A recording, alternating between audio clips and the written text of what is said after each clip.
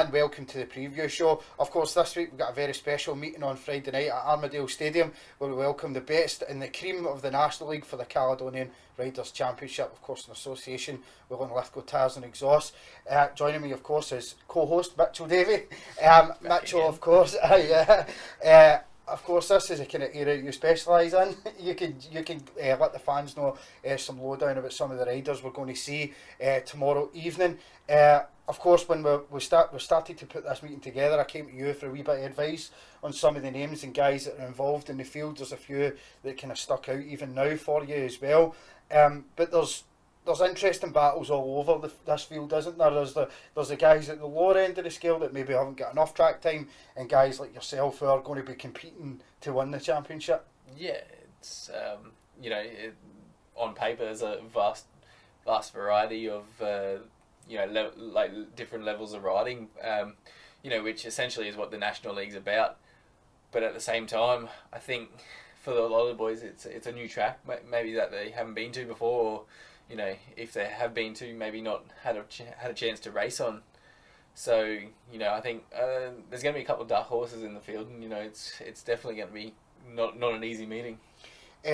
Although we speak to you most weeks, it seems really, whether it be this or the Friday Focus or whatever, the National League and your form with Stoke is not something that we talk about on a regular basis or go into depth about.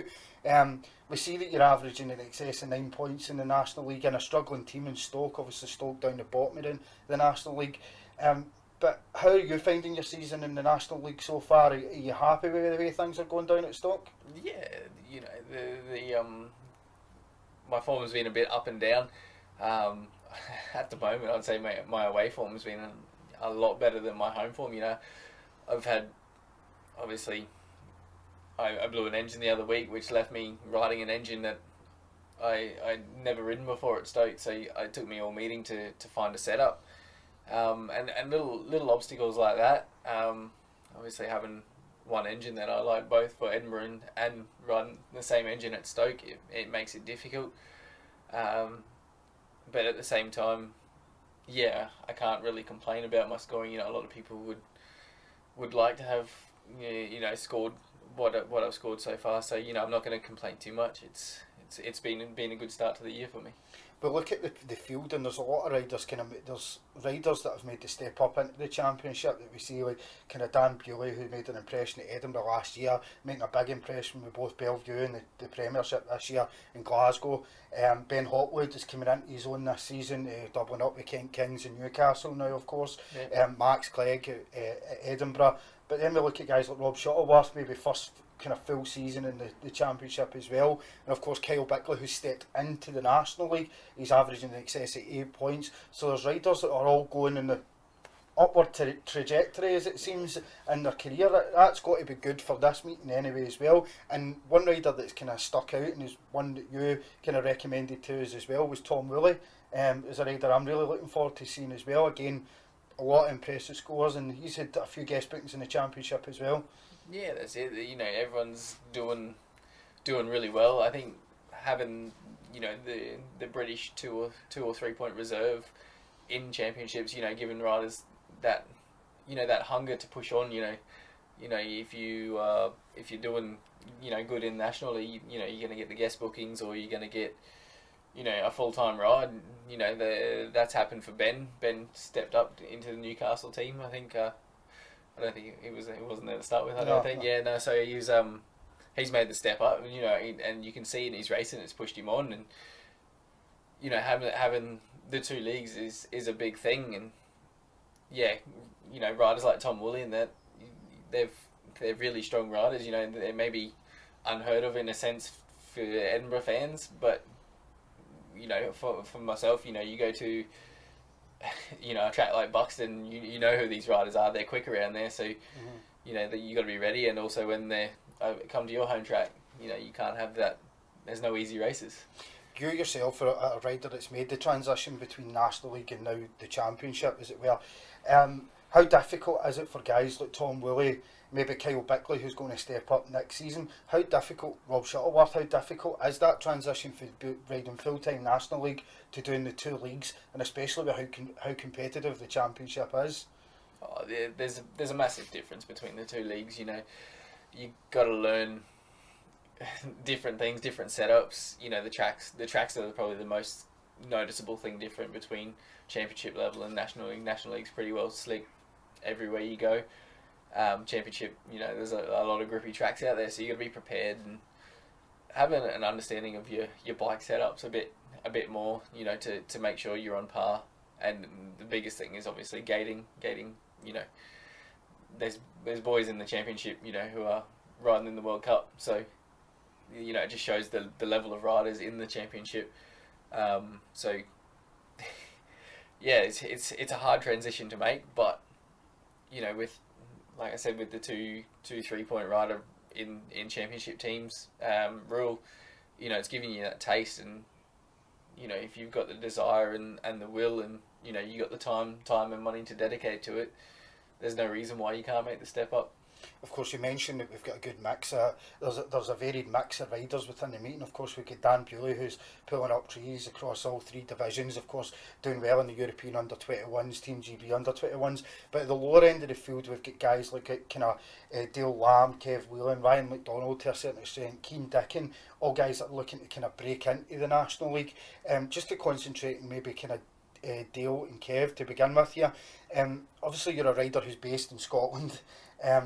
You've kind of nailed down your National League spot because you're probably a kind of heat leader in that kind of division. But how difficult is it for these guys to kind of break into that for teams to take a chance on them, especially with travel costs, etc., because they are based up here? It's massive. You don't actually realise how big of a thing it is until you see, you know, how teams are operative and things like that. You know, they're working to a really strict budget in National League, so you know, for them to get riders from Scotland, that it makes it really difficult. Well, for the Scottish-based riders to get the opportunity, in a sense, sort of Scottish Speedway desperately need a National League team up here. But then you've also got the fact of, can they compete financially to fund you know, teams going down south and that. But you know, these boys, they've been riding for years. They're not slow riders. They're quite steady, and you know, they can race hard and definitely push you. You know, when I come back from my injury, I was doing second half races against these boys, and you know they're there. You can hear them buzzing around, and you know, if one of them makes a start, they're going to be hard to pass. So they're no slouches, but yeah, it's just hard for them to get given the opportunity of you know, getting that shot. I think in National League, once I think they had the opportunity, you know, if they prove themselves, then it's going to be no bother. But it's just because it's hard because you're untried, untested. It makes it difficult. Kev Holton admits that Armadale's actually a low rides at all the times. Actually, a track that he kind of struggles with. But is this a kind of opportunity for both riders and Ryan McDonald to a certain extent to kind of prove to National League promoters again how tough a field it is? We've got National League second strings and heat leaders in there. Is it a chance for them to prove that they can go and score solid points? I mean, they don't need to go out and score maximums here. We're not expecting that from them, but solid point scoring is the aim of the game. That's it. If you know, if they're stealing points here and there from whoever, you know, and just even getting through a meeting solid, you know, looking on the pace and things like that, you know, it's going to open up the opportunities for them. It's definitely a way to put your name on the map, and you know, being Scottish and not having a National League side, I think, you know, they'll be grabbing the opportunity with both hands. Of course. Just to look through the format for Friday evening, of course we've got 12 riders, which means we've got 12 qualifying heats, 2 semi-finals and a final. Does that give the riders the opportunity, if they scrape into the semi-final, let's start again, and basically it's top 2 and then we'll start again in the final? Yeah, that's exactly it. You got, you know, you do your qualifying heats, you get through, and then essentially that semi-final, it comes down to one race. The top 2 go through. If it was cumulative points, it makes it a bit harder, but just the top 2 go through. So, you know, you need to have a good ride in the semi-final, and yeah, you use your head, stay on the bike essentially, and then same process again in the final. Final's a bit different, obviously, because there's no more qualifying stage. You know, you can try that a little bit harder, and if you crash, you crash. It's one of those things. But yeah, you know, you use your head, get through the heats, and then all on the line, semi-finals and finals.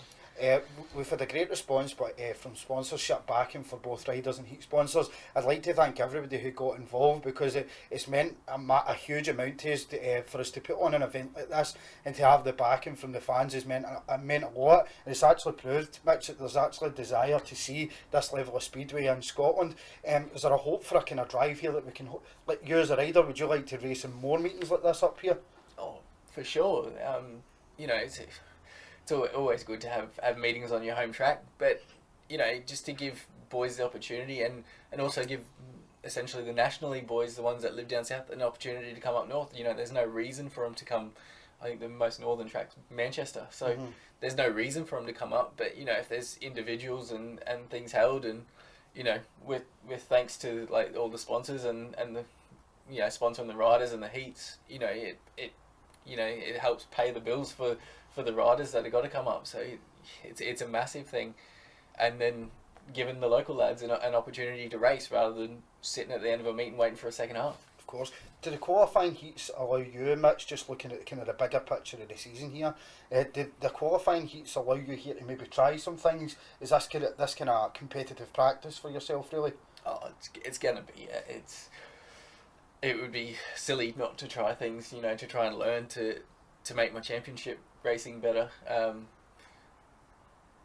It's difficult. Like obviously, we're not going to know what conditions we got until we go to the track and things like that.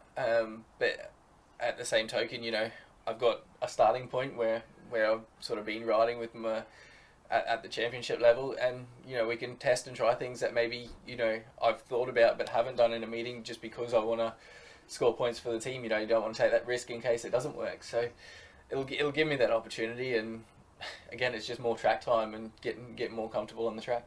Of course, the last time there was National League Speedway, it was of course the Dale Devils back in the day, and Mike's Blast for the Past actually features a couple of Dale's Devil races, and we can catch up with them now. It's Ashley Johnson again coming from gate 1, Carl Langley gate 2, Wayne Carter and Derek Snedden. And Carter's taken the lead. Very good effort by Wayne. Nice inside first corner, and Derek Snedden now having to battle from the back, something he's not really used to.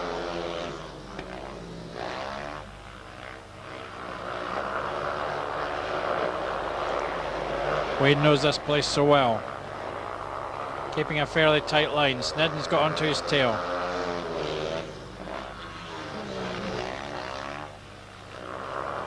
And really putting the pressure on now.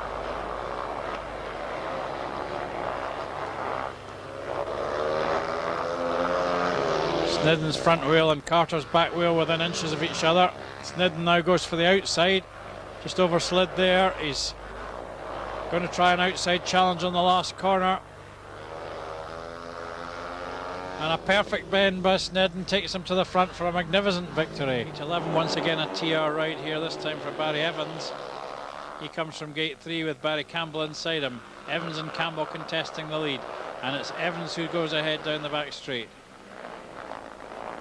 Sean Storrott's in third. Campbell cuts in tight and goes ahead beautifully there. What a lovely pass on the fourth corner by Campbell.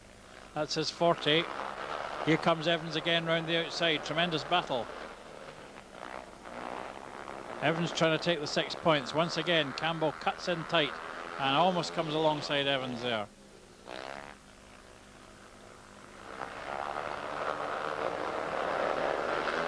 Just a length down.